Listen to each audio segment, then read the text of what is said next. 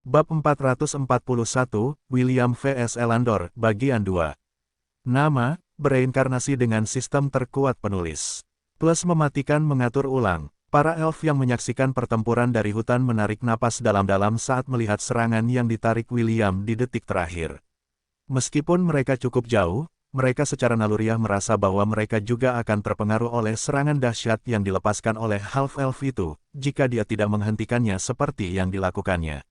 Elandor dengan tenang menghilangkan penghalang yang melindunginya dan menatap William dengan ekspresi serius. Ketenangannya sebelumnya tidak lagi terlihat dan orang bisa tahu bahwa dia sekarang menganggap serius lawannya. "Aku tahu kau bisa mendukung kesombonganmu," kata Elandor sambil mengaktifkan mantra pada baju zirahnya.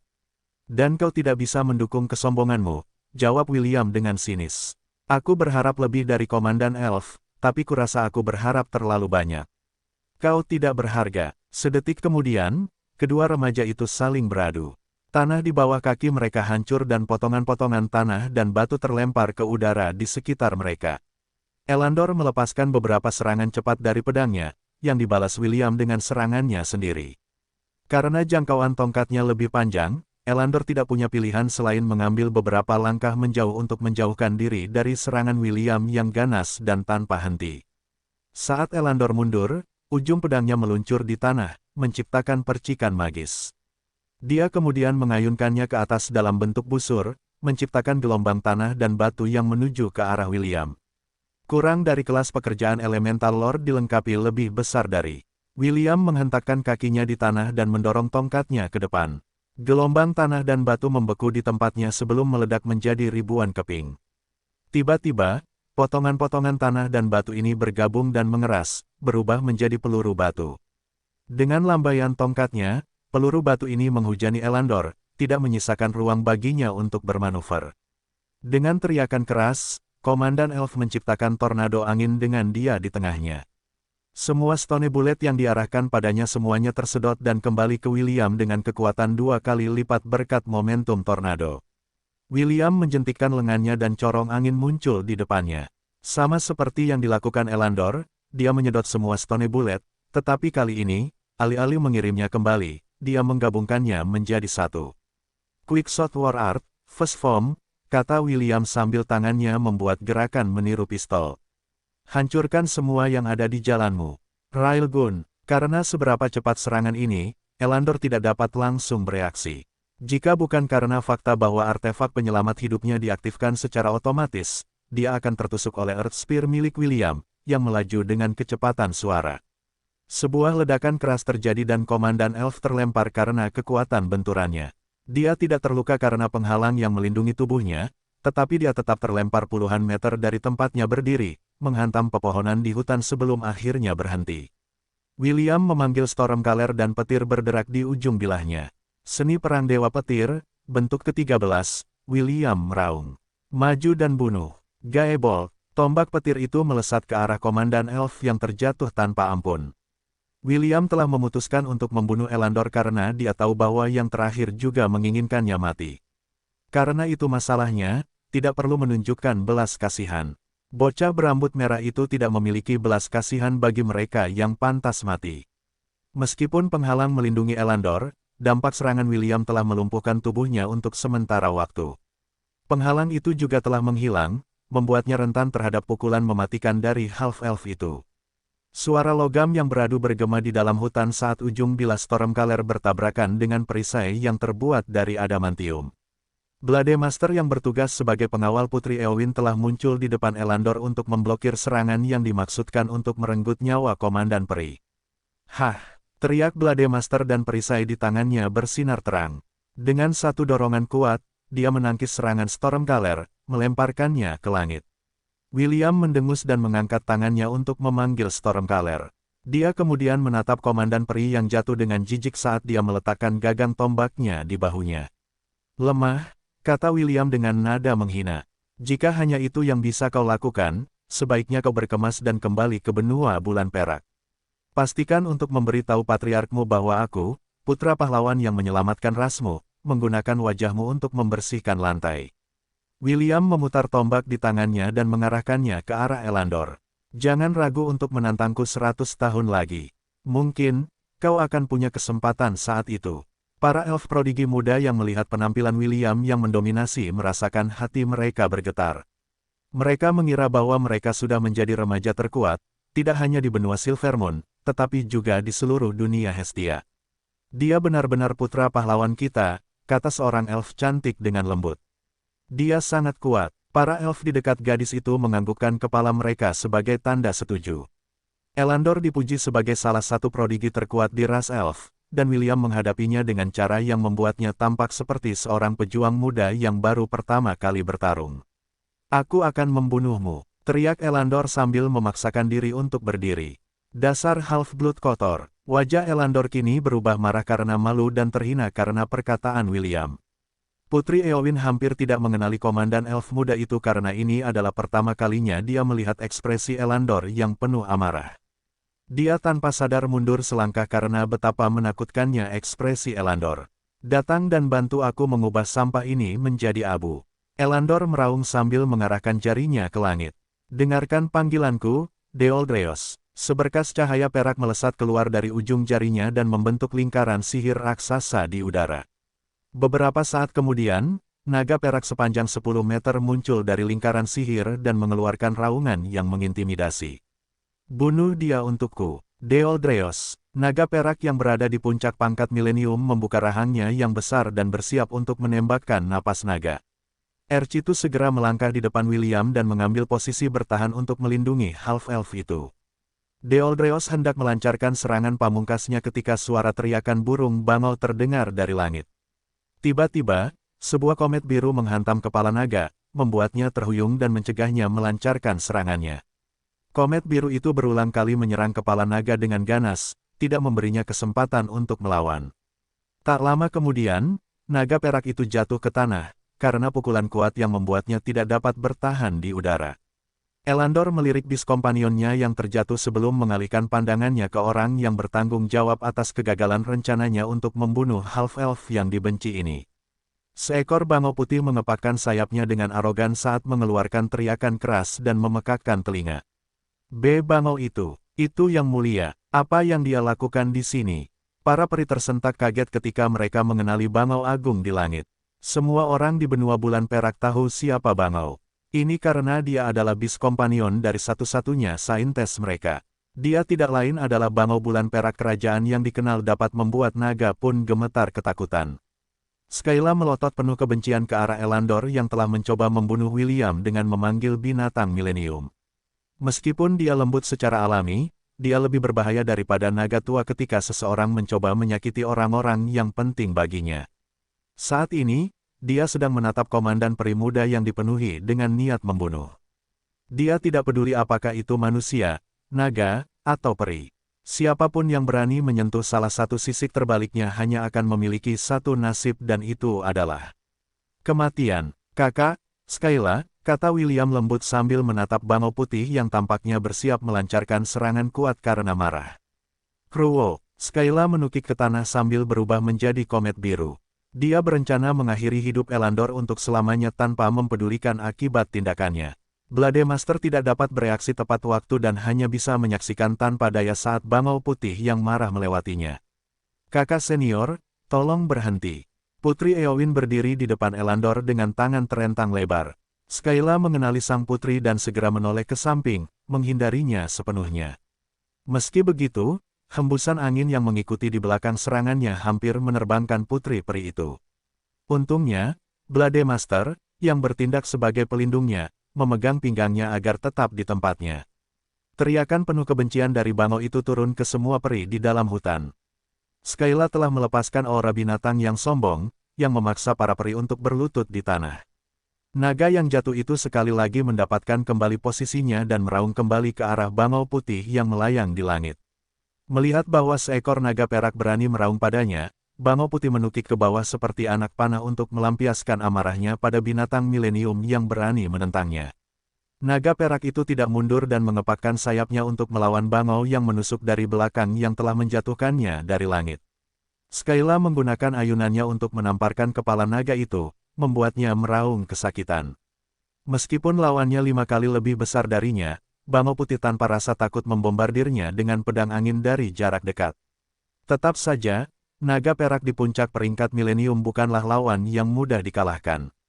Sebelumnya, Skyla mampu mengungguli karena dia telah melepaskan serangan kejutan. Bangau Putih hanya berada di tahap tengah peringkat milenium, dan naga perak dianggap sebagai salah satu binatang tingkat tinggi di benua bulan perak. Sisiknya sangat tahan terhadap serangan sihir dan fisik. Meski begitu, ia masih belum mampu menghadapi bangau yang lincah dan gesit itu dengan baik, yang hampir mematuk matanya sendiri saat bertabrakan.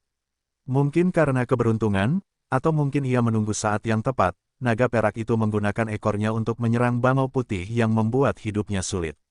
Ekornya mengenai sisi tubuh Skyla, membuatnya jatuh ke tanah. Kakak, mata William memerah saat ia berlari ke arah bangau putih yang terluka karena ulahnya. Kakak, kau baik-baik saja? Tanya William sambil memegangi kepala bangau putih. Kruwo, Kruwo, Kruwo, apa aku terlihat baik-baik saja?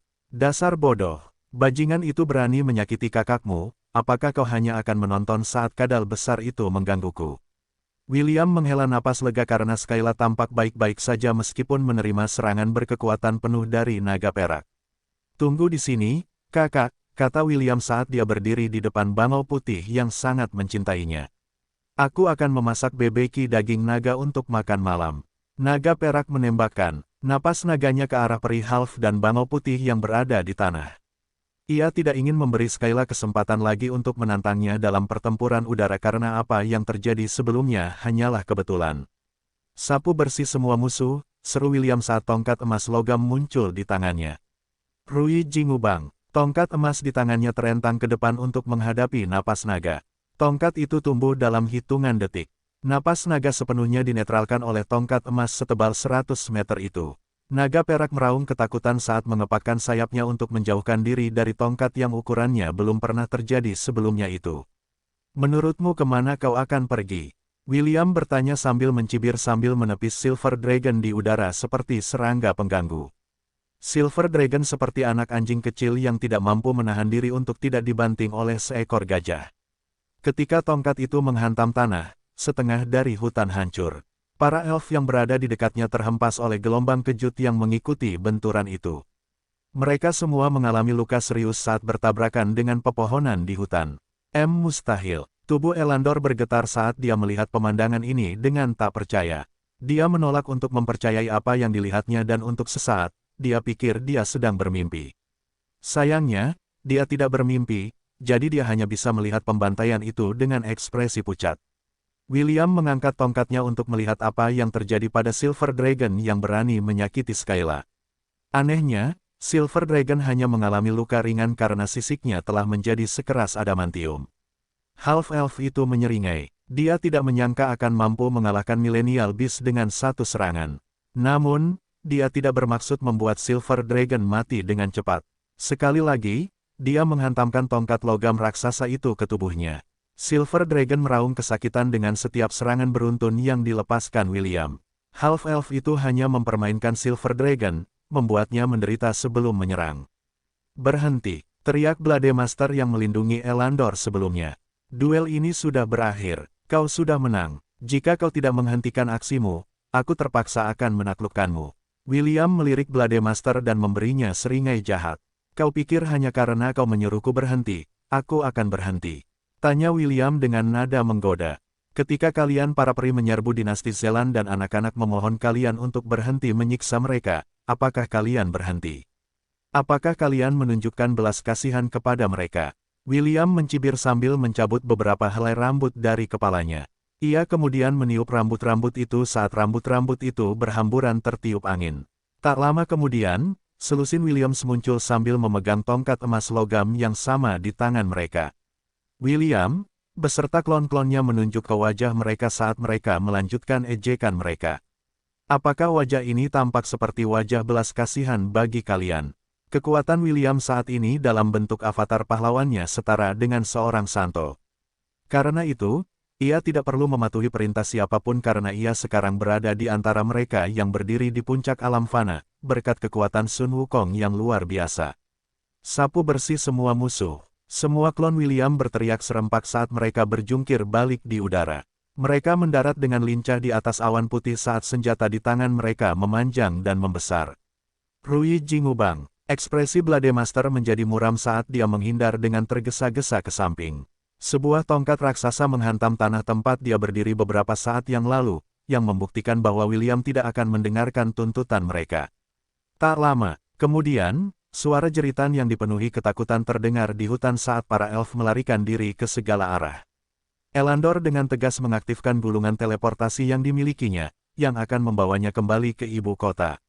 Dia tahu bahwa tinggal akan sia-sia, jadi dia memutuskan untuk melarikan diri selagi bisa. Blade Master yang menjaga Putri Eowyn melakukan hal yang sama saat dia meraih sang putri.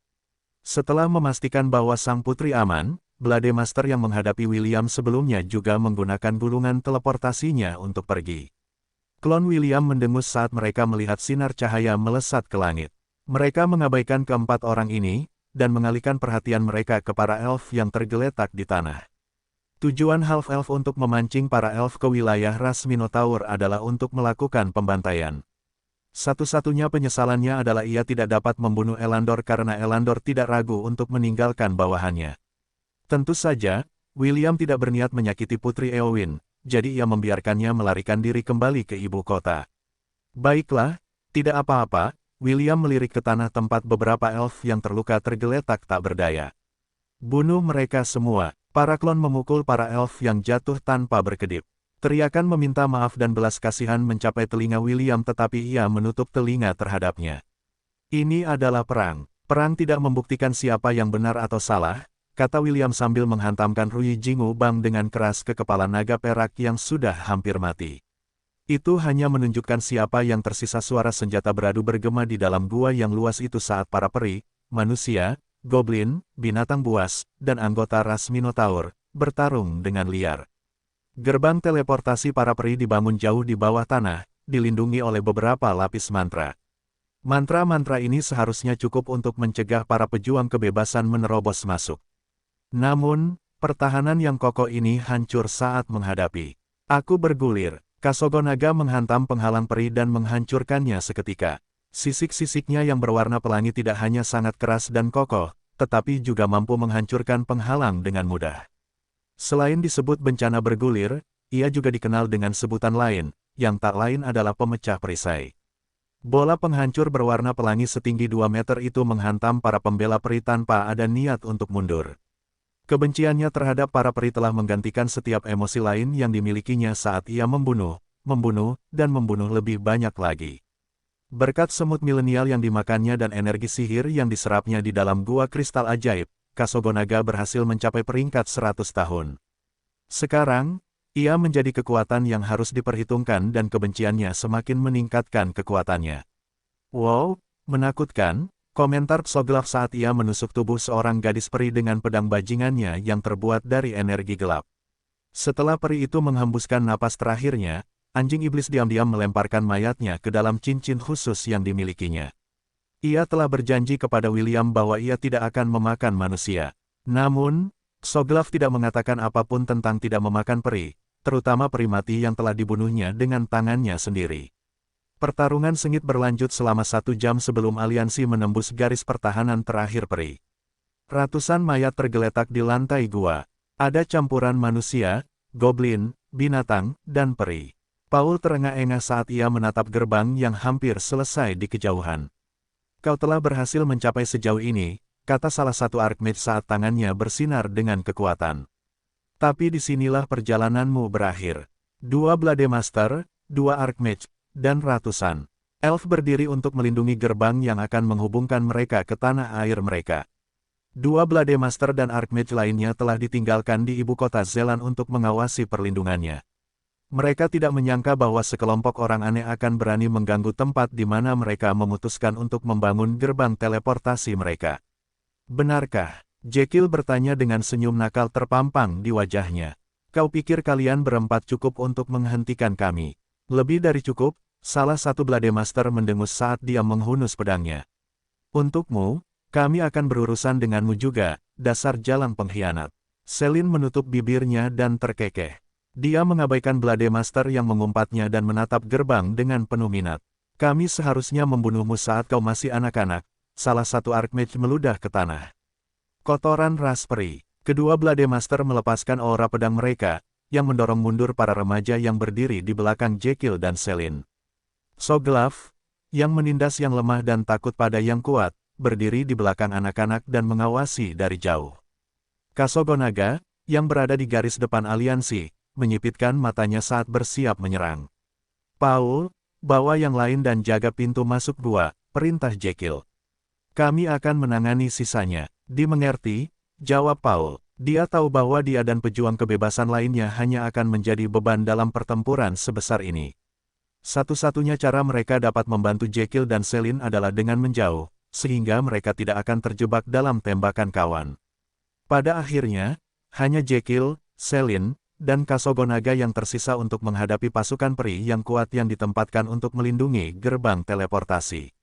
Aku akan menangani dua Blade Master, kata Jekyll. Bisakah kau menangani Archmage? Tentu saja, jawab Selin. Kasogonaga, aku akan menyerahkan yang kecil padamu.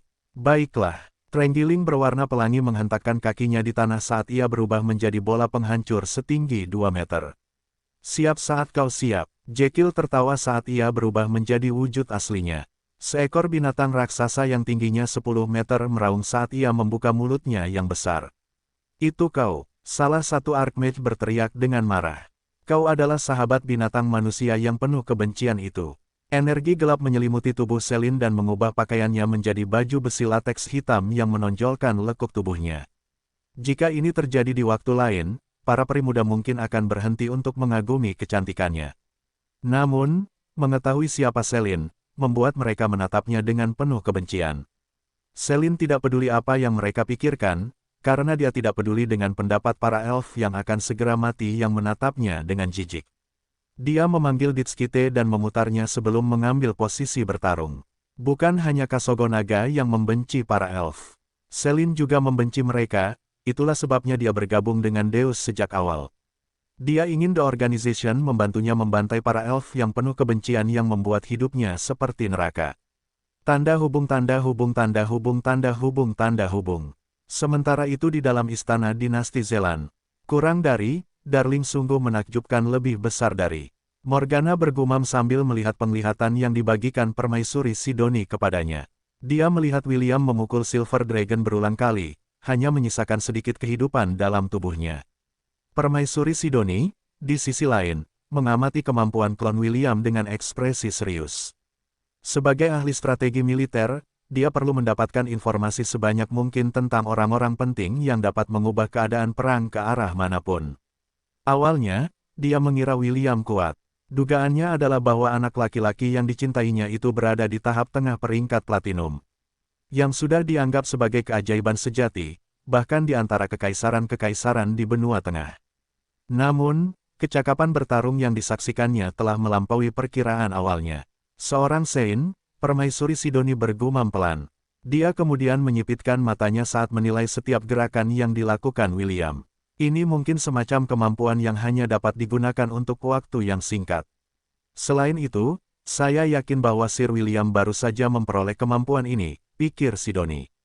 Jika dia memiliki ini sebelum invasi iblis, dia tidak akan menderita koma. Permaisuri Sidoni adalah individu yang rasional. Ada beberapa artefak yang dapat meningkatkan kekuatan seseorang secara drastis untuk waktu yang singkat. Ini adalah kemampuan yang hanya digunakan sebagai pilihan terakhir karena hukuman ekstrim yang dimilikinya. Kurang dari ya, aku yakin firasatmu benar. Lebih besar dari, Morgana menimpali karena dia juga bisa membaca pikiran Sidoni. Kurang dari tapi, itu tidak mengubah fakta bahwa kesulitan menaklukkan Darling harus ditingkatkan karena kemampuannya yang menentang surga ini. Maksudku, jika dia menggunakan tongkat logam emas itu untuk melawan kita, maka Ratu Semut pasti sudah mati sekarang, kan? Lebih besar dari, Permaisuri Sidoni setuju dengan dugaan separuh dirinya. Entah bagaimana, dia merasa sedikit kesal karena kemampuan William tampaknya sangat cocok dengan kemampuannya sendiri. Half-elf itu kebal terhadap mantra miliknya. William juga memiliki Kasogonaga, Trenggiling berwarna pelangi yang dapat membuat semua semut prajurit lari ketakutan. Terakhir, kemampuan barunya ini membuatnya sakit kepala. Itu sangat mendominasi, sehingga dia merasakan jantungnya berdetak kencang di dalam dadanya. Keinginannya untuk mengalahkan anak laki-laki yang dicintainya menyulut kekuatan nafsu yang terpendam dalam tubuhnya. Selangkah demi selangkah, Permaisuri Sidoni merenung sambil mengalihkan perhatiannya ke pertempuran yang sedang terjadi di sisi lain dinasti Zelan. Perang tidak dapat dimenangkan oleh satu orang. Permaisuri Sidoni sangat menyadari bahwa sekuat apapun William, dia tidak terkalahkan. Sudut bibirnya melengkung saat dia mengamati pertempuran sengit yang sedang terjadi di lokasi gerbang teleportasi peri. Sama seperti menonton film, Permaisuri Sidoni ingin melihat apakah serangan terhadap peri ini akan berakhir baik atau buruk. Jarinya mengetuk pelan kursi berlengan singgasananya saat jutaan suara kicauan mencapai telinganya. Itulah balasan dari jutaan pasukannya yang kuat yang dapat ia pimpin kapan saja, di mana saja. Mereka menunggu, dengan sabar, saat mereka akan menunjukkan kehadiran mereka, dan menginjak-injak mereka yang berani menghalangi jalan mereka. Jekyll meraung dan membuka mulutnya lebar-lebar. Saat ini, dia dalam wujud aslinya. Seekor Chimaera yang tampak seperti setengah naga dan setengah singa dengan sisik hijau yang menutupi seluruh tubuhnya. Dia adalah Taoti, salah satu dari 4 kejahatan yang menjadikan benua selatan sebagai rumahnya. Para Blade Master segera melepaskan aura pedang mereka untuk menjaga pijakan mereka tetap kokoh di tanah. Salah satu Archmage melemparkan akar pengikat pada pasukan mereka sendiri untuk mencegah mereka tersedot oleh kekosongan Taoti yang mirip dengan lubang hitam yang akan melahap apapun. Ini bukan pertama kalinya mereka melihat wujud asli Jekyll, karena mereka juga ada di sana ketika pahlawan manusia mengusir iblis, sambil berdiri di atas binatang yang sama ini. Archmage yang tersisa juga tidak diam. Dia melemparkan kristal emas ke gerbang teleportasi. Tidak mungkin mereka bisa melawan binatang yang sekuat Jekyll, jadi mereka memutuskan untuk mengaktifkan gerbang lebih awal untuk meminta bantuan. Portal emas raksasa muncul di tengah gerbang, yang menandakan bahwa gerbang itu sedang aktif. Jekyll melepaskan semburan api hitam ke gerbang teleportasi untuk menghancurkannya sekali dan untuk selamanya. Dia melihat apa yang dilakukan Archmage dan memutuskan untuk menghancurkan gerbang itu terlebih dahulu, sebelum berhadapan dengan Elven Defenders. Tidak di bawah pengawasanku. Archmage yang merapal Entangling Roots sebelumnya mengaktifkan rune yang mengelilingi gerbang teleportasi dan menciptakan penghalang. Gua bawah tanah bergetar saat api Jekyll bertabrakan dengan penghalang yang melindungi gerbang. Selin menusukkan ujung tumpul ditskitenya ke tanah dan menciptakan Dark Sphere untuk melindungi dirinya dari akibat serangan kuat Jekyll. Aku berputar. Kasogonaga mengabaikan api hitam dan menyerang penghalang itu. Ia berencana untuk menghancurkannya, sehingga api Jekyll dapat memusnahkan para elf yang penuh kebencian yang sangat ingin dibunuhnya. Suara retakan bergema di dalam gua saat beberapa retakan terbentuk di penghalang pertahanan setelah serangan Kasogonaga. Trenggiling berwarna pelangi terus maju dengan tekad mati. Dengan teriakan penuh kebencian, penghalang itu hancur dan api hitam Jekyll maju ke arah para peri yang wajahnya telah memucat. Tiba-tiba, suara tepukan bergema dari dalam gerbang teleportasi. Beberapa baut petir besar meletus dari tengah gerbang, meniadakan api hitam Jekyll, dan mendorong Kasogonaga pada saat yang sama. Kita bertemu lagi, Taoti terkutuk, kata suara arogan. Sudah waktunya untuk menyelesaikan perbedaan kita sekali dan untuk selamanya. Makhluk cantik muncul dari portal emas raksasa dan mendarat di depan para peri, petir menyambar tubuh keperakannya saat dia menatap penuh kebencian ke arah Taoti di depannya. Dia memiliki tanduk tunggal yang panjang mencuat dari kepalanya yang bersinar terang di dalam gua. Dia adalah makhluk mitos dan legenda. Dia tidak lain adalah Qilin. Makhluk setengah unicorn, setengah naga yang dipuja sebagai salah satu pelindung benua bulan perak. Tingginya hanya 5 meter, namun, dia memancarkan aura yang tidak akan kalah dari Jekyll. Yang mulia, Eneru, terima kasih telah mendengarkan panggilan kami. Archmage yang melemparkan kristal emas ke gerbang membungkuk dengan hormat. Qilin melirik peri itu sekilas sebelum mengembalikan perhatiannya ke Taoti. Ah, makhluk paling munafik di antara segudang binatang benua bulan perak telah tiba, Jekyll mencibir. Aku menyesal tidak memakanmu saat itu. Itu kesalahanmu, jawab Eneru. Kau tidak akan memiliki kesempatan itu lagi. Kita lihat saja nanti, kuda petir kecil. Diamlah, dasar kekejian yang menjijikkan. Jekyll dan Eneru saling menyerang, membuat tanah bergetar. Qilin telah menyelimuti dirinya dengan kekuatan petir, mengubah dirinya menjadi sambaran petir. Di sisi lain, Jekyll melepaskan energi jahat di dalam tubuhnya dan berubah menjadi sinar cahaya gelap. Cahaya dan kegelapan bertabrakan menyebabkan percikan elemen mematikan menghujani penonton di sekitar mereka. Kasogonaga mengambil kesempatan ini untuk menyerang para peri. Ia hanya terdorong mundur oleh sambaran petir sebelumnya dan tidak menerima kerusakan dari serangan Kilin. Kedua Blade Master segera menangkisnya karena Anteater menargetkan para peri remaja yang tidak memiliki kekuatan untuk menahan serangannya. Wabah kegelapan, teriak Selin dan ratusan kelelawar darah muncul di depannya. Kelelawar-kelelawar ini menjerit serempak sebelum menyerang para peri yang melindungi gerbang teleportasi. Ah, tidak Kek, minggir, jangan dekat-dekat denganku. Para peri muda berusaha sekuat tenaga untuk menyerang kelelawar darah, tetapi mereka terlalu cepat dan lincah untuk dipukul. Kelelawar-kelelawar ini menggigit target mereka tanpa ampun, mengeluarkan darah dari tubuh mereka. Seketika, mereka yang digigit oleh mereka menderita beberapa penyakit status seperti kebutaan, kelumpuhan, kelesuan, mengamuk, dan kebingungan. Jangan panik, mereka hanya terbuat dari energi gelap. Gunakan sihir angin untuk mengusir mereka. Kedua arcamage bekerja sama untuk menggunakan hembusan angin yang kuat untuk mengusir kelelawar darah, tetapi Selin telah mengantisipasi reaksi ini. Dia kemudian menjentikkan jarinya dan menatap para peri dengan jijik. Ledakan, ratusan kelelawar meledak pada saat yang sama, menghujani para peri dengan hujan darah yang sangat asam. Jeritan kesakitan bergema di dalam gua saat gumpalan asap mengepul dari tubuh para peri yang terkena serangan Selin yang dipenuhi dengan kemarahan dan kebencian. Dasar jalang pengkhianat, salah satu Archmage meraung marah saat dia memanggil bola api raksasa untuk mengubah Selin menjadi abu. Selin hanya terkekeh saat dia menghilang dari tempatnya berdiri. Bola api itu meleset dari sasarannya dan meledak, membuat bagian dalam gua bergetar. Potongan-potongan batu dan tanah mulai menghujani kepala para pembela peri saat Jekyll dan Kilin bergulat satu sama lain. Itu dan fakta bahwa para peri tidak punya pilihan selain bertarung di dalam gua memperburuk keadaan. Segera, gua itu menunjukkan tanda-tanda runtuh saat lebih banyak batu dan tanah mulai berjatuhan dari atas.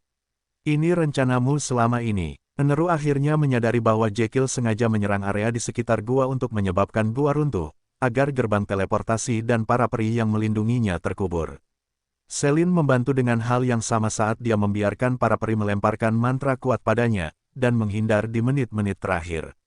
Ketika Kasogonaga juga menyadari bahwa ini adalah rencana yang bagus, dia mulai menghantamkan dirinya ke dinding gua untuk mempercepat keruntuhannya. Bajingan, Eneru menendang Jekyll dengan kuat, membuatnya terlempar beberapa meter dari gerbang teleportasi. Dia tidak berani melancarkan serangan kuat karena itu mungkin memicu keruntuhan gua. Portal emas peri bersinar sekali lagi dan golem bumi setinggi 2 meter melompat keluar darinya. Itu perjalanan yang sulit, gumam golem bumi sambil melirik Jekyll.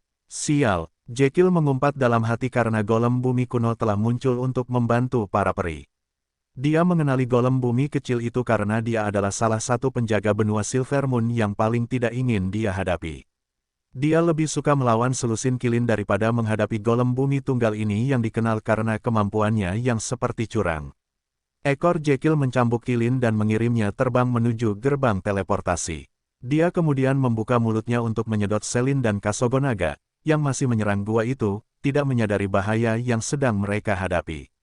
Keduanya segera tersedot ke dalam mulut Jekyll dan yang terakhir lari tanpa melihat ke belakang. Apa yang salah? Selin bertanya, mengapa kamu menghentikan kami? Kasogonaga menimpali untuk mengajukan pertanyaan. Perut Jekyll seperti domain khusus di mana dia dapat memilih untuk menyimpan apapun yang dia telan. Saat ini, dia menempatkan Selin dan Kasogonaga di tempat yang aman yang memungkinkan mereka untuk berkomunikasi dengannya. Draum sudah datang, jawab Jekyll sambil berlari melewati lorong menuju pintu keluar gua. Dia harus menyelamatkan anggota Legiun William dan juga para pejuang kebebasan yang menemani mereka untuk menghancurkan gerbang teleportasi. Wajah Selin langsung memucat saat mendengar kata-kata Jekyll. Di antara para penjaga benua Silvermoon, Draum dianggap sebagai dewa semu. Kekuatannya begitu dahsyat sehingga banyak yang dengan berat hati mengakui bahwa mereka tidak ingin menghadapinya dalam pertempuran. Jekyll adalah salah satunya, jadi saat dia melihat Draum, dia langsung memilih untuk melarikan diri daripada tinggal dan bertarung melawan golem kuno. Aliansi telah mempertimbangkan kemungkinan gerbang itu dapat mendatangkan bala bantuan dari benua Silvermoon yang masih belum lengkap. Namun, tidak seorang pun dari mereka yang menduga bahwa gerbang itu akan dapat memanggil binatang segudang dan dewa semu di saat yang bersamaan. Misi ini gagal, gumam Selin tak berdaya. Sekarang setelah dia sepenuhnya menyadari situasi mereka saat ini, dia merasa bersyukur atas kecerdikan Jekyll. Mungkin, jika mereka tetap berada di dalam gua itu lebih lama, mereka semua sekarang akan terkubur jauh di dalam bumi, tidak dapat membebaskan diri dari penjara berbatu itu. Ada apa dengan semua goncangan ini? Tanya Wendy sambil duduk di atas Thor. Mereka menjaga pintu masuk gua dan tugas mereka adalah menghentikan bala bantuan yang datang dari luar. St. Isaac, Dev, Conrad, putra mahkota Alaric, Putri Ayla, dan Sharks, perampok goblin, juga berjaga di luar gua. Mereka telah memukul mundur beberapa kelompok bala bantuan elf yang telah diberitahu bahwa pasukan kecil yang terdiri dari manusia dan binatang telah melancarkan serangan mendadak ke gerbang teleportasi mereka. Getaran semakin kuat dan mereka semua harus berpegangan pada sesuatu untuk menahan diri dari goncangan yang terus-menerus. Tiba-tiba, getaran itu semakin kuat saat mereka mendengar sesuatu seperti raksasa berlari ke arah mereka dari belakang. Kepala singa naga muncul di belakang mereka, tetapi sebelum ada remaja yang bisa bereaksi, mereka semua telah tersedot ke dalam rahangnya yang lebar dan menganga. Jekyll tidak punya waktu untuk menjelaskan semuanya, jadi dia membuang mereka semua di tempat yang sama tempat Selin dan Kasogonaga ditahan. Begitu sampai di permukaan, ia langsung mengepakkan sayapnya dan terbang tinggi ke angkasa. Beberapa detik kemudian, terdengar teriakan keras dari pintu masuk gua saat sambaran petir raksasa terbang mengejar Jekyll. Kau tidak akan bisa lolos, Jekyll. Eneru meraung marah. Jekyll tahu bahwa ia tidak bisa terbang lebih cepat dari pengejarnya karena Kilian termasuk salah satu binatang tercepat di dunia. Enyahlah. Jekyll meraung sambil menebas sambaran petir yang datang dengan cakarnya. Tabrakan hebat terjadi di angkasa saat kedua binatang itu terdorong beberapa meter dari satu sama lain.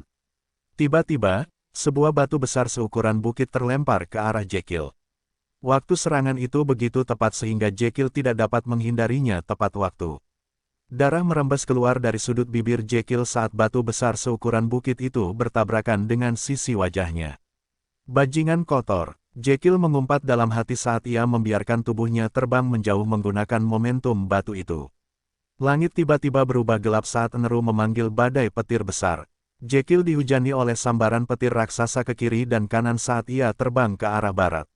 Seperti semua makhluk iblis, petir adalah kelemahan Jekyll. Namun, ia cukup kuat untuk menahannya karena pangkatnya yang lebih tinggi. Tetap saja, terus-menerus dihujani oleh sambaran petir besar membuatnya menderita. Itu dan Raum, yang merupakan golem bumi kuno, mengikutinya di tanah seperti kereta yang telah diberi layar angin. Jekyll tahu bahwa saat ia mendarat di tanah, golem bumi kuno akan membuat hidupnya sangat sulit, jadi ia menggertakkan giginya dan menahan pukulan itu saat ia terbang ke barat. Kilian tidak berniat membiarkan Jekyll lolos, jadi dia berulang kali mengganggunya dengan serangan jarak jauh. Dia tahu bahwa dia satu level lebih lemah dari Taoti jadi dia hanya fokus melemparkan petir ke arahnya saat dia melarikan diri. Mati, teriak Eneru saat tanduk tunggal di kepalanya bersinar terang, seperti matahari kecil. Dia kemudian menembakkan petir yang cukup besar untuk menelan Taoti yang mundur. Sisik Jekyll bersinar redup saat dia meningkatkan ketahanannya terhadap serangan sihir. Dia tahu bahwa dia harus menahan serangan ini apapun yang terjadi, jadi dia bersiap menghadapi dampaknya. Suara guntur yang keras bergema saat kilatan terang menerangi langit. Begitu terangnya sehingga Putri Eowyn, yang baru saja tiba di Istana Zelan, melihatnya dari kejauhan. Mata Kilian bersinar kuat saat dia melihat ke arah Taoti yang telah dia paksa ke sudut. Draum menyilangkan lengannya di dadanya saat dia melihat ke langit. Mata tuannya menunggu dengan sabar hingga cahaya surut untuk melihat hasil serangan penuh dari rekannya. Petir menyambar di langit dan guntur bergemuruh di surga. Tak lama kemudian, sosok Jekyll muncul kembali dalam pandangan mereka. Namun, dia tidak sendirian lagi. Asteris bersendawa. William tidak dapat menahan diri untuk tidak bersendawa setelah terkena serangan petir dahsyat yang dilepaskan oleh Myriad Beast. Tanda hubung tanda hubung tanda hubung tanda hubung tanda hubung. Kurang dari memperoleh poin XP, 225.000 lebih besar dari. Kurang dari kelas pekerjaan Prince of Thunder telah naik level. Lebih besar dari. Kurang dari Prince of Thunder level 25 lebih besar dari. Tanda hubung tanda hubung tanda hubung tanda hubung tanda hubung. Terima kasih atas poin pengalamannya, kata William saat dia berdiri di atas awan. Dia kemudian menatap Kilian dengan senyum jahat saat sulur petir meliuk-liuk di sekujur tubuhnya. Bisakah kamu melakukannya sekali lagi? Itu cukup membuat ketagihan. Enru tiba-tiba merasakan kehadiran yang sombong yang membuat tubuhnya tanpa sadar menggigil. Dia menatap anak laki-laki berambut merah itu dengan tidak percaya karena dia bisa merasakan kekuatannya sedang ditekan oleh kekuatan kuno yang telah ada bersamaan dengan penciptaan rasnya. Butuh waktu setengah menit bagi Qilin untuk menyadari alasan mengapa kekuatannya sedang ditekan. Apakah kau anak didiknya? Enru bertanya dengan tidak percaya. William mengaktifkan keterampilan penilaiannya dan menatap binatang buas di depannya. Tanda hubung tanda hubung tanda hubung tanda hubung tanda hubung. Kurang dari Enru lebih besar dari Qilin, makhluk mistis, pembawa badai, tingkat ancaman, SSR. Binatang buas segudang, dapat ditambahkan kekawanan, tingkat keberhasilan, 0,0000001%. Makhluk mistis yang dikenal karena garis keturunannya yang mulia dan kekuatannya yang luar biasa. Ia menggunakan kekuatan petir dan dapat dengan mudah menyulap badai petir saat diprovokasi. Binatang roh ini membenci makhluk iblis dan akan segera bergerak untuk membunuh hanya dengan melihatnya. Ia juga salah satu dari sedikit binatang yang memberontak terhadap Dewa Gembala dan menentang perintahnya. Karena itu, Dewa Gembala memberi mereka kutukan garis keturunan di mana kekuatan mereka akan ditekan oleh mereka yang ia pilih sebagai muridnya. Tanda hubung tanda hubung tanda hubung tanda hubung tanda hubung. Begitu, jadi kau pemberontak, William menyipitkan matanya saat ia melihat unicorn naga di depannya. Pada saat itulah sebuah batu besar terbang ke arah William. Half-elf itu, dengan santai melambaikan Ruyi Jingu Bang dan menghancurkan batu besar itu hingga berkeping-keping. Dan kau, William melirik golem bumi di tanah dan sekali lagi menggunakan keterampilan penilaiannya. Tanda hubung tanda hubung tanda hubung tanda hubung tanda hubung. Kurang dari Draum lebih besar dari golem kuno, pelindung benua bulan perak, seseorang yang selamat dari era para dewa. Tingkat ancaman, SSR+. Dewa semu, tidak dapat ditambahkan kekawanan. Oh, Dewa semu. William mengusap dagunya dengan penuh minat. Sebaiknya dicoba saja. William mendorong tongkat logam emas di tangannya ke tanah. Hancurkan semua dinding yang berdiri di hadapanku. Ruyi Jingu Bang. Tongkat emas itu memanjang dan memperbesar ukurannya. Lebarnya lebih dari 50 meter saat turun ke tanah, dengan tujuan menghancurkan golem itu menjadi berkeping-keping. Anak bodoh, kata Draum lembut saat menghentakkan kakinya di tanah. Sebuah pilar batu yang berukuran sama. Dengan tongkat emas William menjorok keluar dari tanah dan menghadapinya secara langsung. Kedua serangan itu bertabrakan dan William terkejut karena pilar bumi berhasil memblokir senjatanya secara efektif dan membatalkan kekuatan di belakangnya. Tidak ada gunanya, Will, kata Jekyll sambil terbang mendekati bocah itu. Selama Draum berdiri di tanah, ia dapat meminjam kekuatan tanah untuk bertahan melawan serangan apapun. Hanya serangan seorang demigod yang mampu menembus pertahanannya. William mengangguk. Tujuan serangannya adalah untuk mengukur seberapa kuat golem itu. Selain itu, avatar heroiknya sudah mendekati batasnya, jadi ia tidak mungkin bisa melawannya dalam pertempuran. William menyalurkan sisa kekuatan Raja Kera di tongkatnya sambil mempersiapkan serangan yang kuat. Quick Shot War Art Fourth Form. Grand Bazooka. Ujung tongkat emas, yang saat ini ditekan oleh Earth Pillar, memancarkan semburan cahaya. Mata Draum melebar saat tongkat itu segera menyatu dengan tanah dan terkubur dalam-dalam di tanah. Tidak lama kemudian, ledakan dahsyat terjadi, membuat sekelilingnya bergetar. Pilar bumi runtuh seluruhnya saat kekuatan serangan William mencapai tanah, menciptakan jamur cahaya raksasa. Enru terpaksa mundur karena kobaran api yang membakar tanah, dan menjulang ke langit pada saat yang sama.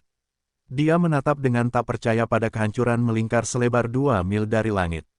Ketika dia sadar kembali dan melirik ke arah bocah lelaki dan Taoti, keduanya telah pergi. William membuat serangan itu mencolok untuk mengelabui dua makhluk kuat itu saat dia dan Jekyll melarikan diri kembali ke batas kerajaan Helan sementara kedua penjaga benua Silvermoon sibuk mengejar Jekyll. Para pembela peri akhirnya bisa bernapas lega. Para penyembuh merawat yang terluka dan mereka yang menderita sihir hitam Selin, sementara yang lainnya menggunakan sihir bumi untuk menstabilkan lingkungan sekitar mereka. Gua itu telah mengalami kerusakan serius dan mereka tidak ingin gua itu runtuh dalam waktu dekat. Seorang ahli pedang dan seorang penyihir agung meninggalkan para pembela untuk memeriksa apa yang terjadi di atas tanah, meninggalkan yang lainnya untuk mempertahankan gerbang teleportasi mereka. 5 menit kemudian, salah satu peri yang terluka melihat sekelilingnya karena pendengarannya yang sensitif telah menangkap sesuatu. Ada apa? Pendeta peri yang merawatnya bertanya karena dia menyadari ada sesuatu yang salah. Bisakah kau mendengarnya? Peri yang terluka itu bertanya karena suara yang didengarnya beberapa saat yang lalu semakin kuat. Aku mendengar semacam suara kicauan. Beberapa peri yang mendengar percakapan mereka terdiam dan mendengarkan lingkungan sekitar mereka. Tak lama kemudian, mata mereka semua bergerak ke arah tertentu dan tempat itu adalah tanah di bawah kaki mereka tiba-tiba bergeser dan rahang lebar mencuat dari tanah. Teriakan tanda bahaya bergema di dalam dinding gua saat beberapa semut prajurit muncul dari tanah tepat di bawah pembela peri. 4 semut emas raksasa dari pangkat milenium mengamuk dan menuju gerbang teleportasi. Di belakang mereka ada 3 orang suci pedang dan 1 penyihir agung. Kekaisaran Kreator, penyihir agung peri merapal mantra pertahanan untuk melindungi dirinya sendiri, tetapi dia terlambat sedetik. Kepalanya bergeser ke samping saat bilah transparan merenggut nyawanya dalam waktu kurang dari sedetik. Ahli pedang peri tahu bahwa dia tidak mungkin bisa menahan serangan 3 orang suci pedang sekaligus, jadi dia segera menggunakan gulungan teleportasi yang dimilikinya. Melihat bahwa satu-satunya lawan mereka telah memutuskan untuk melarikan diri, orang suci pedang dari Kekaisaran Kreator mengabaikan para peri muda dan segera menyerang gerbang teleportasi. Gerbang itu langsung dihancurkan karena serangan mereka yang kuat. Para SWAT Saint tidak mau mengambil risiko dan menggunakan cincin penyimpanan untuk mengambil semua pecahan untuk disimpan dengan aman. Ketika semua pecahan yang hancur dikumpulkan, mereka mengalihkan perhatian mereka ke para elf muda yang saat ini sedang dihajar oleh para warrior An yang jumlahnya jauh lebih banyak dari mereka. Para SWAT Saint saling bertukar pandang sebelum mengangguk pada saat yang sama. Mereka kemudian bergerak untuk membuat sebanyak mungkin elf muda pingsan secepat yang mereka bisa. Bahkan tidak butuh waktu 5 menit sebelum semua elf berhasil ditundukkan dan para warrior An membawa mereka ke dalam terowongan yang telah mereka buat sebelumnya. Mereka mundur dengan tergesa-gesa karena mereka tahu bahwa Qilin dan Golem Bumi dapat kembali kapan saja.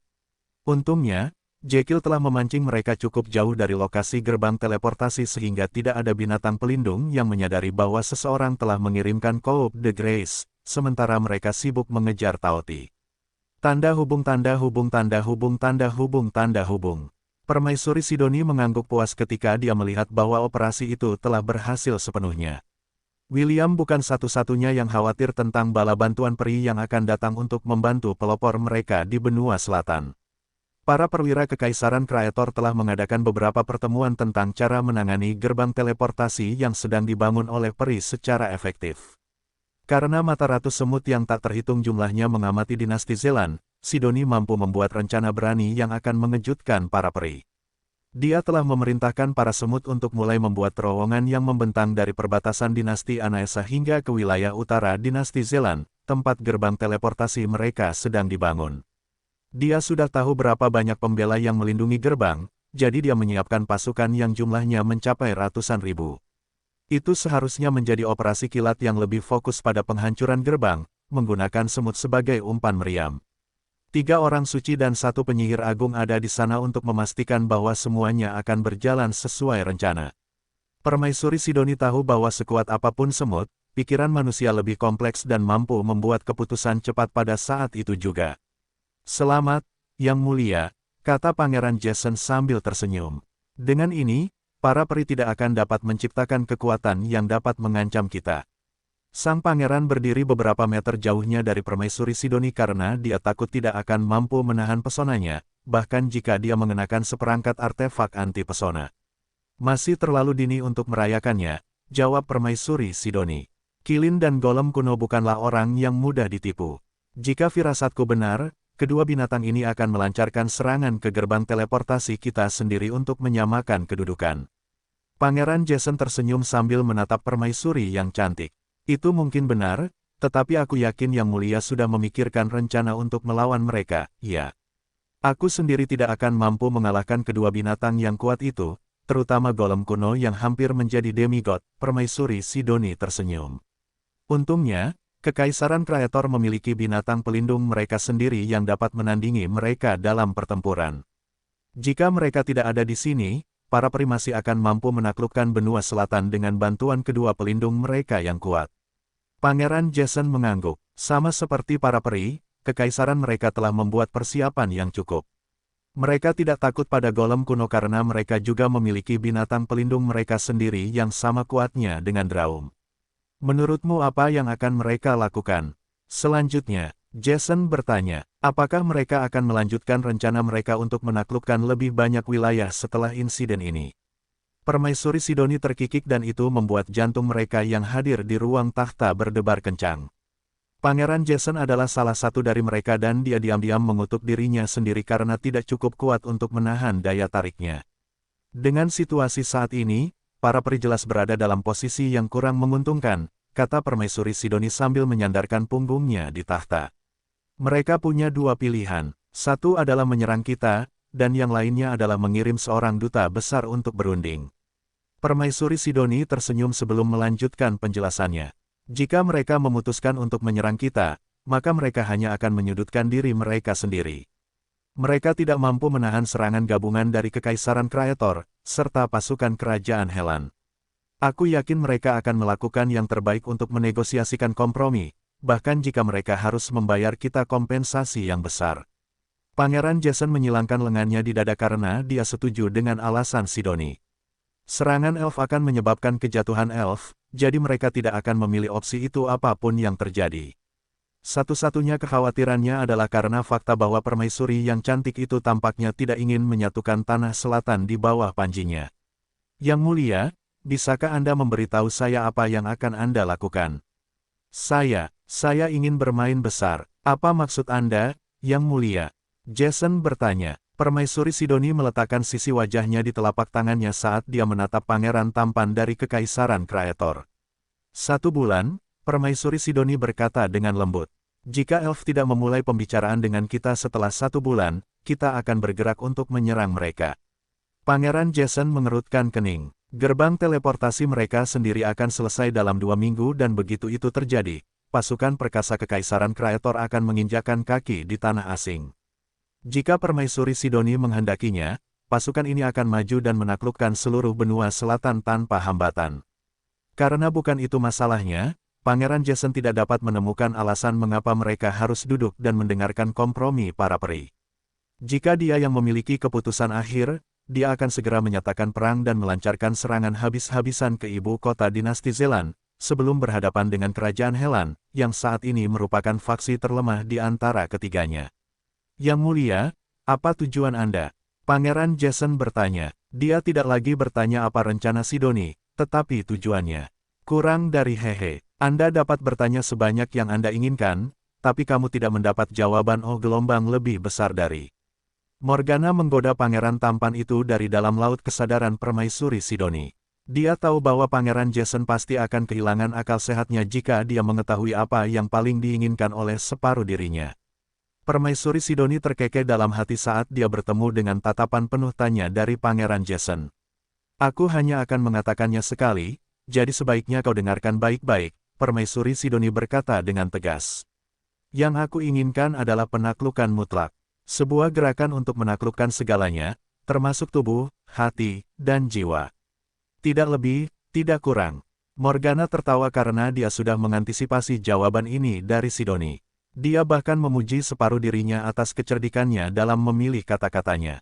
Pangeran Jason mendesah dalam hatinya karena jika yang diinginkan Sidoni adalah penaklukan mutlak maka itu sesuai dengan kepentingan Kekaisaran Kraetor. Jika saja dia tahu bahwa yang ingin ditaklukkan oleh permaisuri cantik itu bukanlah tanah benua selatan.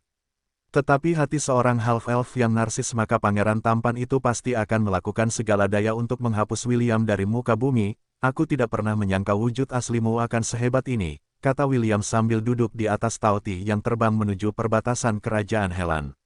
Jekyll meningkatkan kecepatannya karena dia tidak yakin apakah Kilin dan golem bumi kuno masih akan mengejar mereka setelah serangan William yang merusak.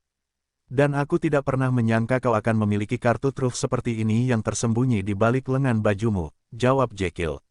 Kurasa kau tidak bisa menggunakan kemampuan ini sesuka hatimu, kan? Pasti ada semacam batasan. Jekyll cukup bersyukur William muncul saat itu.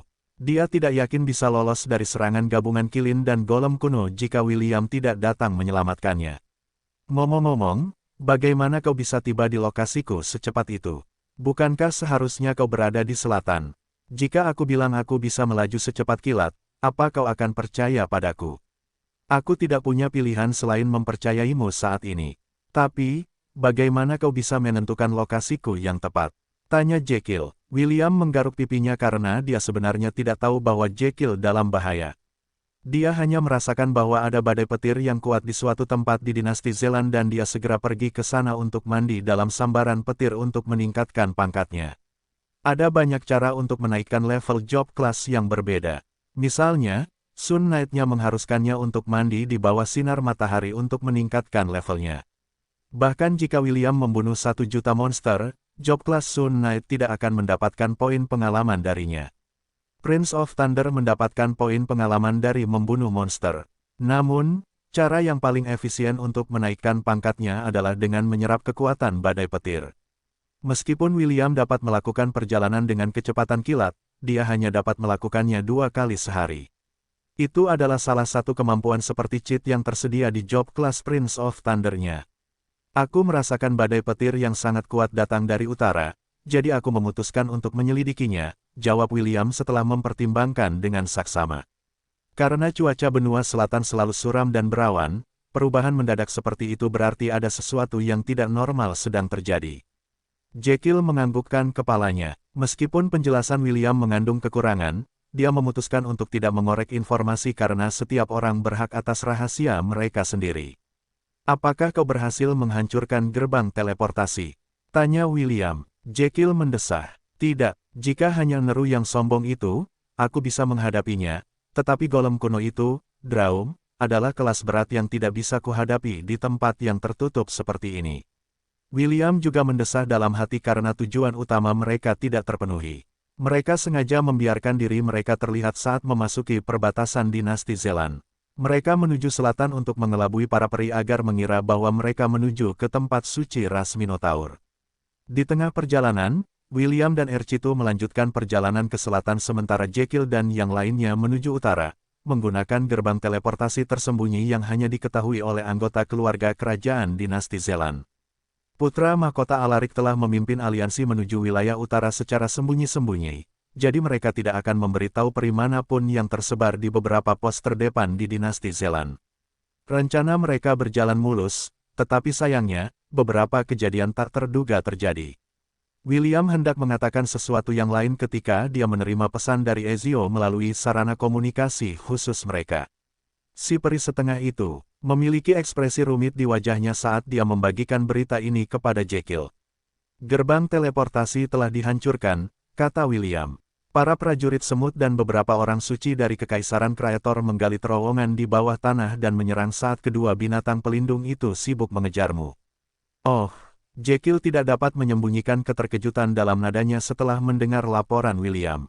Beberapa saat kemudian, dia terkekeh-kecut karena dia menyadari bahwa mereka tanpa sadar telah memainkan peran sebagai umpan dan umpan meriam yang menyebabkan kudeta tentara Kreator. Ini meninggalkan kesan yang buruk. Lihatlah sisi baiknya. Setidaknya, kita tidak perlu lagi khawatir tentang gerbang teleportasi. Jekyll menggerutu saat mendengar jawaban optimis William. Taoti tidak punya pilihan selain setuju bahwa meskipun misi mereka gagal, tujuan utama mereka telah tercapai pada saat yang sama. Jadi, apa yang terjadi dengan misimu? Jekyll bertanya, apakah kamu berhasil melenyapkan salah satu perwira tinggi mereka? William menggelengkan kepalanya. Hanya beberapa ikan kecil. Ikan besar berhasil lolos, tetapi aku berhasil membunuh lebih dari 1000 peri. Sebenarnya, William ingin membunuh semua elf yang menemani Elandor ke wilayah Minotaur, tetapi Skyla menghentikannya untuk memusnahkan mereka sepenuhnya. Skyla masih menjadi sahabat binatang ibunya, jadi dia tidak bisa berdiam diri dan melihat William membantai semua elf di depannya. Karena itu, William berkompromi dan menyelamatkan mereka yang telah menyerah kepadanya. Dia memukuli mereka semua hingga pingsan dan melemparkan mereka ke penjara yang baru dibeli dari Godshop yang telah dia tempatkan di lantai 36 Goblin Crypt. William telah menutup seluruh lantai, jadi meskipun para elf melarikan diri, mereka tidak akan bisa pergi tanpa izinnya. Anehnya, dia menemukan seorang anak manusia di antara mereka dan menempatkannya di sel terpisah. Dia tidak punya waktu untuk menginterogasi anak itu lebih awal karena dia merasakan gangguan cuaca yang terjadi di utara dinasti Zeland. William telah menggunakan skill penilaiannya pada anak itu dan mengetahui namanya. Dia tahu siapa dia karena Pangeran Alaric dan Paul telah memberitahunya nama prodigi teratas dari dinasti mereka. Half-elf itu juga telah menemukan kalung budak di leher remaja itu. Karena itu, dia memutuskan untuk tidak mengambil risiko dan memenjarakannya untuk sementara waktu. Aku akan menunggu sampai kita melewati perbatasan kerajaan Helan, pikir William. Anak laki-laki berambut merah itu tiba-tiba teringat putri cantik dari kerajaan Frisia. Mereka tidak berkomunikasi satu sama lain sejak dia meninggalkan pegunungan Kirintor. William tidak tahu apakah aliansi mereka masih ada karena mereka tampaknya telah berpisah dengan buruk satu sama lain. Meski begitu, dia cukup bersyukur bahwa putri, yang telah meminta bayinya, telah bergerak selama momen kritis. Jika bukan karena dia, ancaman para elf akan tetap seperti pisau tajam yang tergantung di leher mereka semua yang bisa jatuh kapan saja. Aku akan berterima kasih padanya secara pribadi nanti, pikir William. Untuk saat ini, aku masih harus berurusan dengan akibat dari operasi ini. Jekyll telah memberitahu William bahwa pihak mereka telah menderita beberapa korban selama bentrokan dengan para elf. William juga bersyukur bahwa Jekyll telah bertindak seperti itu untuk menyelamatkan nyawa semua orang. Jika bukan karena tindakan tegas Jekyll, William mungkin telah kehilangan lebih dari beberapa anggota legionnya. Dia bisa saja kehilangan orang-orang yang sangat penting dalam hidupnya. Elandor menghantamkan tinjunya ke meja di dalam kantor pribadinya setelah mendengar laporan dari bawahannya yang ditempatkan di wilayah utara. Manusia kotor, geram Elandor dengan marah. Utusan yang mengantarkan surat itu gemetar ketakutan karena ini adalah pertama kalinya dia melihat komandan mereka bertindak seperti ini. Tentu saja, utusan itu mengerti bahwa reaksi Elandor cukup normal karena gerbang teleportasi mereka telah hancur dan gua telah runtuh sepenuhnya. Dia mengira bahwa komandan mereka hanya bertindak seperti ini karena dia berduka atas kehilangan Archambae mereka dan ribuan elit elf muda. Yang tidak diketahui utusan itu adalah bahwa Elandor masih mendidih karena kekalahannya yang memalukan di wilayah selatan dan saat ini sedang melampiaskan rasa frustrasi dan kekesalannya. Namun, sebagai komandan elf, Elandor menahan emosinya saat dia menarik napas dalam-dalam untuk menenangkan diri. Komandan, Lord Neru dan Lord Draum masih berada di wilayah utara, utusan itu melaporkan. Mereka meminta Anda melapor kepada mereka sebelum matahari terbenam.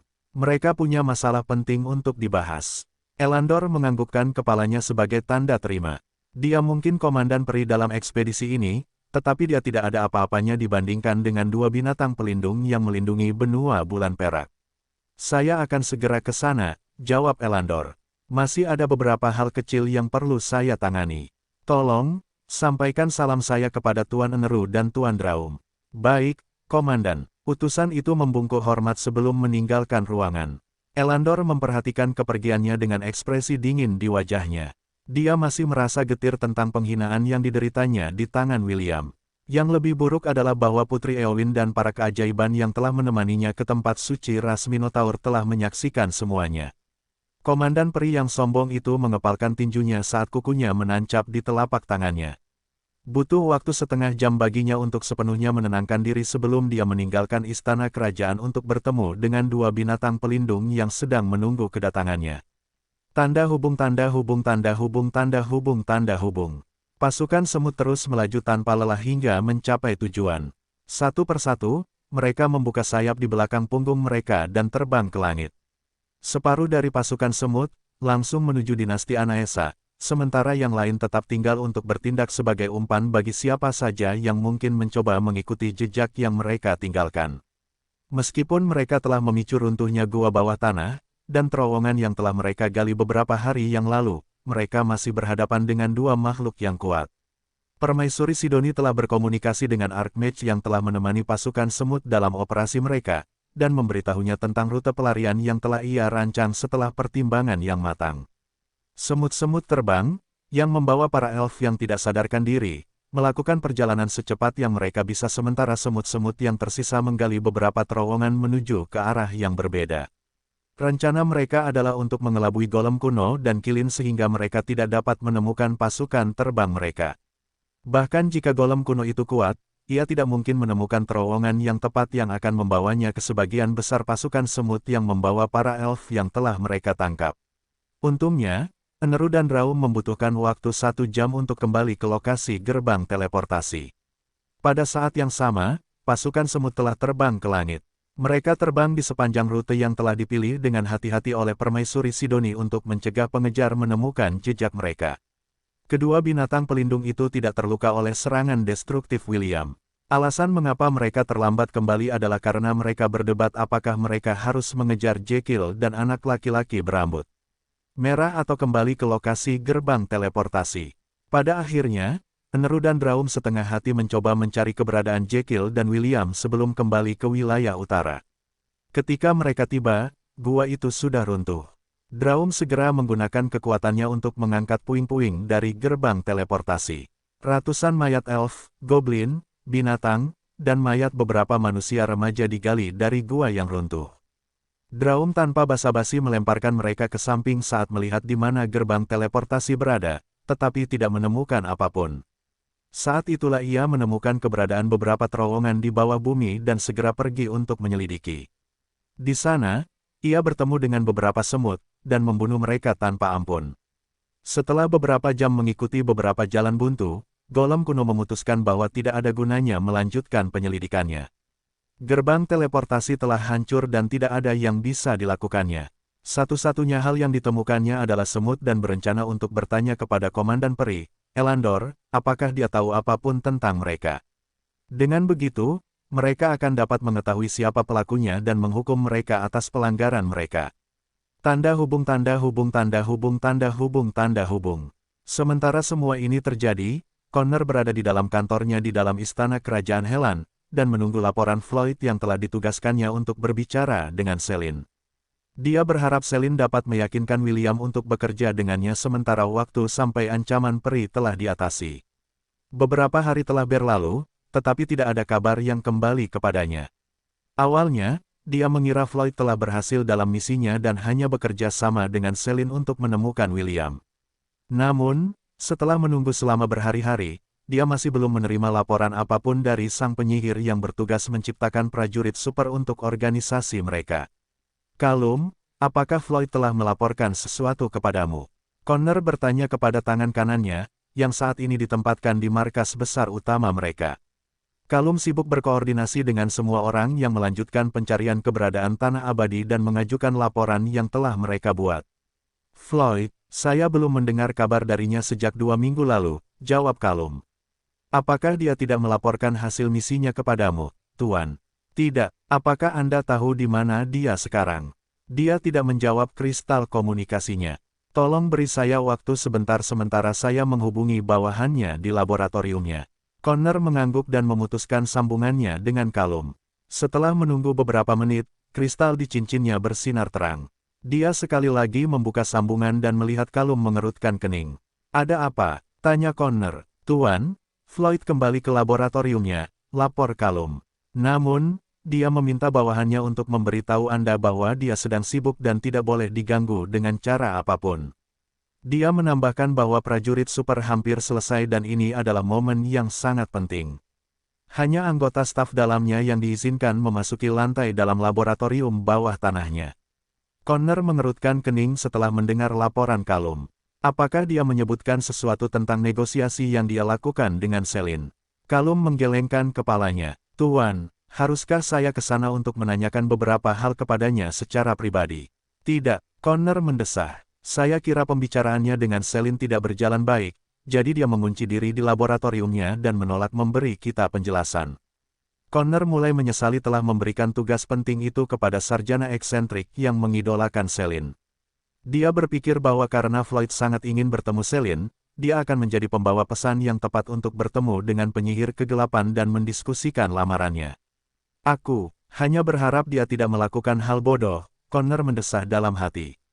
Terus awasi agen kita yang mencari Tanah Abadi. Aku akan segera pergi menemui Celine. Laporkan padaku jika ada hal penting yang muncul. Apakah aku sudah menjelaskan maksudku? Ya, Tuan, Kalum membungkuk hormat. Connor kemudian memutus sambungan telepon saat dia bersiap untuk pergi ke Lon. Entah mengapa, dia mulai merasa cemas. Dia berharap Floyd tidak terlalu mengganggu Celine sehingga Celine menolak untuk bertemu dengannya. Arslan, aku senang kau masih hidup. Paul tidak dapat menahan diri untuk tidak memeluk Arslan erat-erat setelah melihatnya.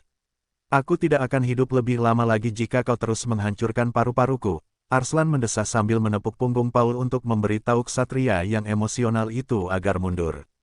Pangeran Alaric menyaksikan percakapan ini sambil tersenyum. Dia cukup bersyukur melihat bahwa prodigi terkuat dari dinasti Zelan itu selamat. Namun, kerah budak yang tergantung di leher Arslan meredam suasana reuni itu. William telah menginterogasi Arslan sebelumnya sebelum melepaskannya dari penjara. Tentu saja, dia mengarang cerita bahwa dia memiliki artefak legendaris yang dapat menyimpan orang di dalamnya. Semua orang menatapnya dengan ragu, kecuali orang-orang yang tahu.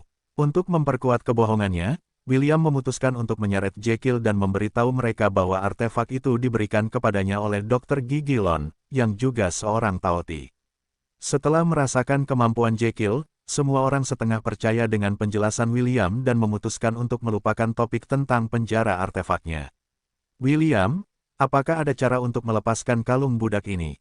Tanya Pangeran Alaric. Ia berharap sepupu jauhnya itu dapat menemukan cara untuk membebaskan Arslan dari perbudakannya.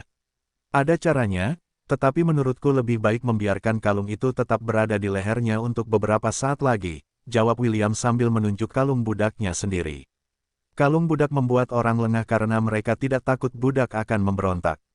Jika kita memanfaatkan fakta ini untuk keuntungan kita, putra mahkota adalah orang yang cerdas dan ia dapat menangkap apa yang disinggung William. Menjadikannya agen ganda, tanya Pangeran Alaric. Ya, William mengangguk. Tentu saja, jika ia tidak mau, aku dapat melepaskan kalung budak di lehernya. Namun, akan butuh waktu untuk melakukannya. Arslan yang mendengarkan percakapan mereka menatap William dengan tidak percaya. Ia tidak pernah menyangka ada orang yang mampu melepaskan kalung budak dari orang lain. Ketika Arslan melihat kalung budak yang tergantung di leher William, ia percaya bahwa William berkata jujur. Kesannya terhadap William juga menjadi lebih baik karena dalam benaknya, mereka berdua adalah budak dan mengalami kesulitan yang sama. Sebenarnya, William telah menemukan beberapa hal tentang kalung wisteria setelah berbicara dari hati ke hati dengan tuannya, Selin.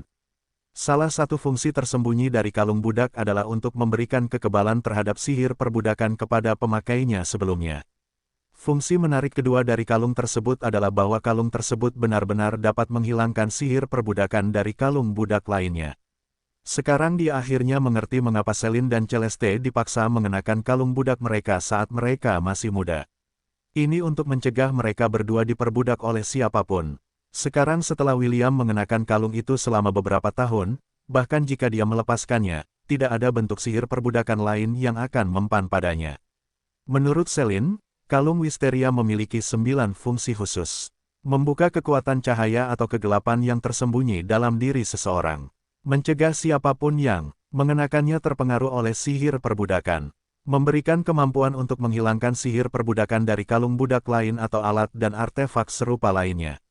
Memberikan pemakai terakhir kalung kemampuan untuk memberikan kalung itu kepada orang lain, menjadikan mereka budaknya. Memungkinkan pengguna memasuki tempat-tempat tertentu di benua bulan perak yang dimiliki oleh klan Wisteria. Selin hanya memberitahunya 5 dari 9 fungsi kalung itu karena 4 sisanya adalah sesuatu yang tidak dapat dia bagikan dengan siapapun bahkan jika dia menginginkannya. Kakeknya telah memberinya perintah mutlak, saat dia masih mengenakan kalung itu, bahwa dia tidak boleh membocorkan 4 fungsi yang tersisa dari kalung wisteria kepada siapapun.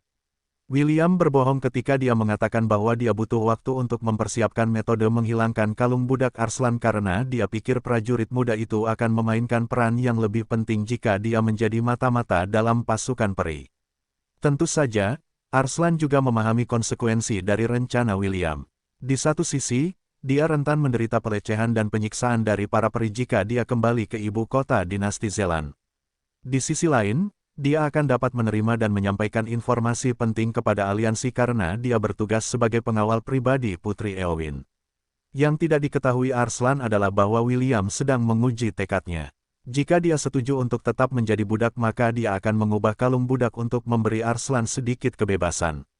Dia dapat memilih untuk mengabaikan perintah tertentu dan bahkan bertindak secara mandiri. Sederhananya, Arslan bagaikan pisau tersembunyi yang dapat menusuk jantung rantai komando peri saat mereka tidak menduganya. Meskipun peran ini mengandung bahaya yang tak terkira, peran ini juga dapat mengubah keseimbangan perang di saat-saat krusial. Arslan menatap William lama dan tajam selama beberapa menit sebelum menganggukkan kepalanya. Dia akhirnya membuat keputusan dan jawabannya membuat semua orang menatapnya dengan kagum dan hormat. Aku akan bertanya padamu untuk terakhir kalinya.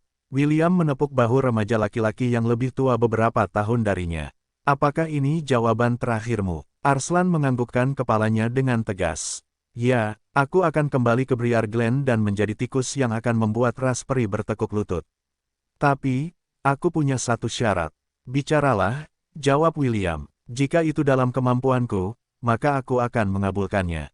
Arslan menatap lurus ke mata William sebelum mengucapkan permintaannya. Biarkan aku membunuh Putri Peri. William mengerutkan kening dan menggelengkan kepalanya dengan tegas. Kau tidak bisa, jawab William. Putri Eowyn adalah muridku, sang dewi dan salah satu putri yang berharga dari Raspberry. Jika kau membunuhnya, maka para peri akan bersumpah darah untuk memusnahkan bukan hanya dirimu, tetapi juga semua warga dinasti Zelan. Percayalah padaku ketika aku mengatakan bahwa mereka mampu melakukan ini. William memberitahu Arslan tentang kemunculan dua binatang pelindung benua bulan perak. Draum sendiri sudah lebih dari cukup untuk meruntuhkan ibu kota Zelan hingga rata dengan tanah. Amarah seorang pseudo demigod adalah sesuatu yang tidak bisa ditepis dengan mudah. Arslan menyipitkan pandangannya saat mencerna kata-kata William. Sebesar apapun keinginannya untuk memberikan pukulan telak kepada para peri, dia tidak bisa melibatkan para penyintas tak berdosa dari dinasti mereka. Dia tidak ingin menjadi pendosa yang berperan dalam melenyapkan dinasti mereka dari muka benua selatan. Kalau begitu, izinkan aku membunuh, kata Arslan. Aku tidak akan berkompromi lagi.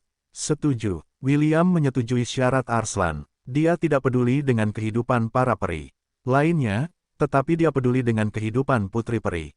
Ibu William, Lady Arwen, hanya memiliki dua murid. Anak laki-laki berambut merah itu tidak ingin ibunya patah hati karena kehilangan salah satu muridnya. Selin telah memberitahunya bahwa tidak semua peri setuju untuk menyerang tanah manusia. Peri cantik itu mungkin membenci rasnya, tetapi dia tidak ingin berbohong kepada muridnya. Bagaimanapun, Ibu William adalah orang suci pohon dunia. Ikutlah denganku, kata William dengan senyum nakal terpampang di wajahnya. Kita perlu membahas beberapa hal sebelum kau kembali ke Briar Glen. William sudah merasakan tekad Arslan, jadi tidak perlu menahan diri. Ia bermaksud agar Arslan memberi para peri kejutan yang tidak mengenakan yang akan membuat mereka menyesal telah memperbudak anak ajaib yang tangguh dalam pertempuran dari dinasti Zelan. Apakah ini benar-benar baik-baik saja?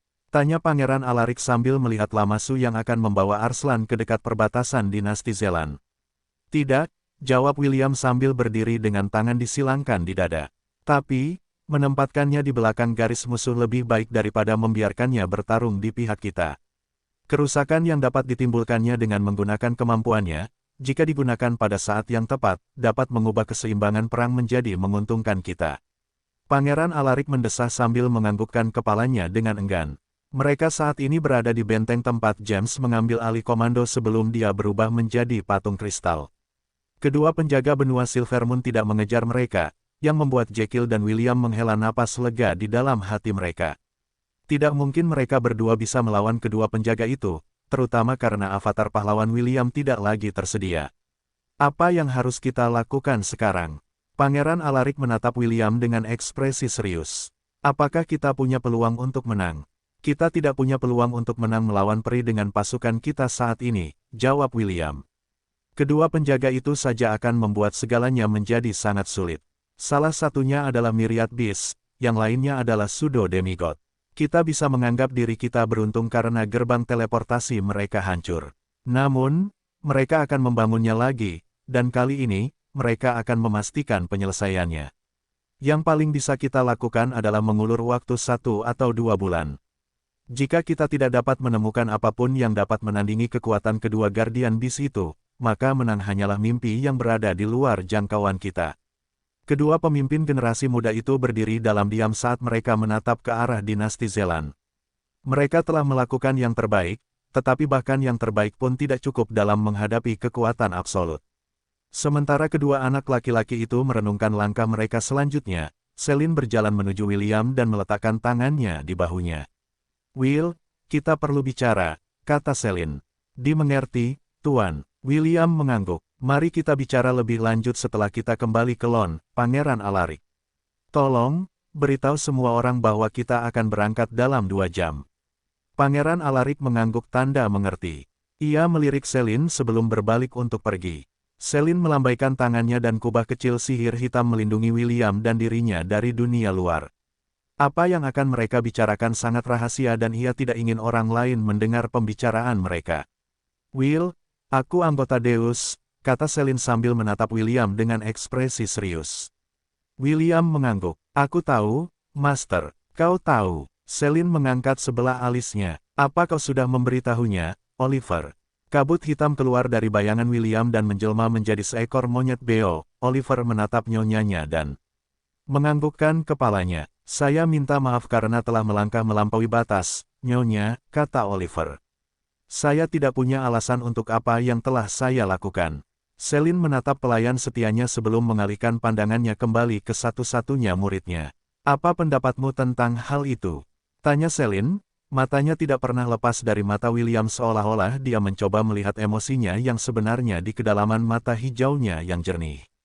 Itu adalah pengungkapan yang mengejutkan, jawab William tanpa berkedip. Tetapi, saya yakin bahwa Tuan memiliki alasan yang baik untuk melakukan apa yang telah Anda lakukan. William berhenti sejenak sebelum mengajukan pertanyaan yang telah mengganggu pikirannya. Meskipun Oliver telah mengatakannya, dia ingin tuannya mengatakannya dengan menggunakan kata-katanya sendiri. Tuan, apakah Anda mengambil bagian dalam pembuatan mantra kontinental? Tidak, mengerti. William merasa bahwa sebuah beban telah terlepas dari pundaknya.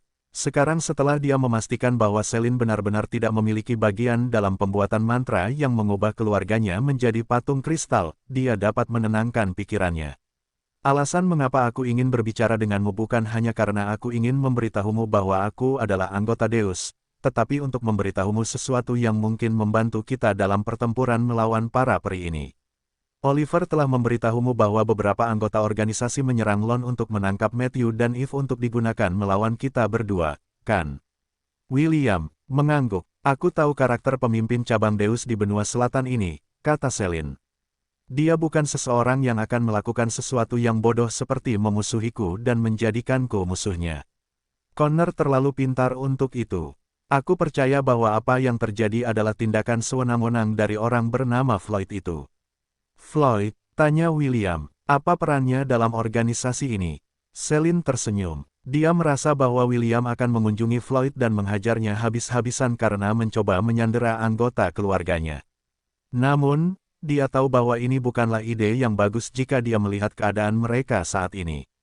Setelah kami menginterogasi anak buahnya, kami mengetahui bahwa dia adalah seorang sarjana yang saat ini sedang mengerjakan proyek yang pernah saya teliti sebelumnya, jelas Celine. Proyek prajurit super, ini adalah eksperimen yang menempatkan orang-orang dalam lingkungan yang dikontrol secara khusus, di mana mereka akan terpapar miasma buatan. Ini akan merusak dan mengubah tubuh mereka hingga melampaui batasnya, mengubah mereka menjadi makhluk mutan yang sangat sulit dibunuh. Celine menyilangkan lengan di dadanya. Floyd mengambil alih makalah penelitian saya dan mulai mengerjakannya. Berdasarkan surat yang telah dikirimnya kepada saya, subjek eksperimennya sekarang berada dalam fase akhir mutasi mereka. Ketika William mendengar kata-kata proyek prajurit super dan miasma buatan, ekspresinya menjadi muram. Sekarang setelah potongan-potongan terakhir teka-teki itu jatuh pada tempatnya, dia tahu identitas orang yang paling ingin dibunuh oleh Trollhound. Namun, yang membuat William khawatir adalah bahwa menurut pilihan kata-kata Celine, Floyd telah berhasil memecahkan kelemahan penelitian Celine. Itu hanya bisa berarti satu hal, produksi massal prajurit super yang memiliki tubuh yang kuat dan generasi yang setara dengan Titanic Green Scarlet Trollhound. William bergidik hanya dengan memikirkan untuk melawan mesin-mesin pembunuh ini. Trollhound dalam kawanannya sangat ulet dan kuat. Tidak hanya itu, mereka sangat sulit dibunuh. Hanya asam yang cukup kuat untuk melelehkan adamantium yang dapat membunuh mereka sepenuhnya. Sederhananya, mereka adalah makhluk yang hampir abadi di medan perang. Satu-satunya kelemahan mereka adalah tingkat rasa lapar mereka lebih tinggi dibandingkan dengan binatang buas biasa. Untungnya, William memiliki Goblin Crypt sebelumnya, dan sekarang, dia memiliki Dungeon of Atlantis. Para Trollhound bisa makan sepuasnya dengan Shokois dan naga, yang bisa diburu di lantai yang telah mereka bersihkan. Ya, jawab Selin. Saat ini, organisasi memiliki pasukan yang bisa mengamuk di medan perang tanpa takut akan nyawa mereka. Mereka adalah garda depan yang sempurna melawan musuh-musuh mereka. Jadi, jika kita menjadikan organisasi sebagai musuhmu saat ini, itu hanya akan mengarah pada kehancuran bersama. William sudah mengerti apa yang disinggung Selin. Meskipun dia tidak mau mengakuinya, ini bukan saatnya untuk berhadapan langsung dengan Deus. Dia sudah pusing dengan barisan pasukan peri saat ini. Menghadapi keduanya pada saat yang sama akan menjadi tindakan bunuh diri. Gencatan senjata sementara, tanya William. Selin mengangguk. Aku yakin ini adalah tindakan terbaik untuk saat ini. Jika kau mau, aku bisa mengirim Oliver ke Connor sekarang, jadi dia bisa menanyakan mengapa Connor ingin berbicara denganmu. Bergantung pada jawabannya, kita bisa merencanakan apakah kita akan bekerja sama dengan mereka atau tidak. William merenung sejenak sebelum menganggukkan kepalanya. Gencatan senjata sementara tidak masalah. Dia harus memilih kejahatan yang lebih kecil antara Deus dan peri, dan saat ini, ancaman peri lebih tinggi dibandingkan dengan organisasi Connor. Baiklah, Tuan, kata William. Mari kita temui Connor ini terlebih dahulu. William sudah tahu siapa Connor karena seekor uren kecil telah mengikutinya ke lembah tersembunyi tempat tanah abadi berada. Meski begitu, apa yang dia ketahui tentang pemimpin Deus hanyalah informasi dari tangan kedua. Hanya dengan bertemu langsung dengannya, William dapat mengetahui karakter Connor dan apakah dia orang yang dapat diajak bekerja sama. Setidaknya, sampai ancaman penjajah asing tidak lagi menjadi masalah.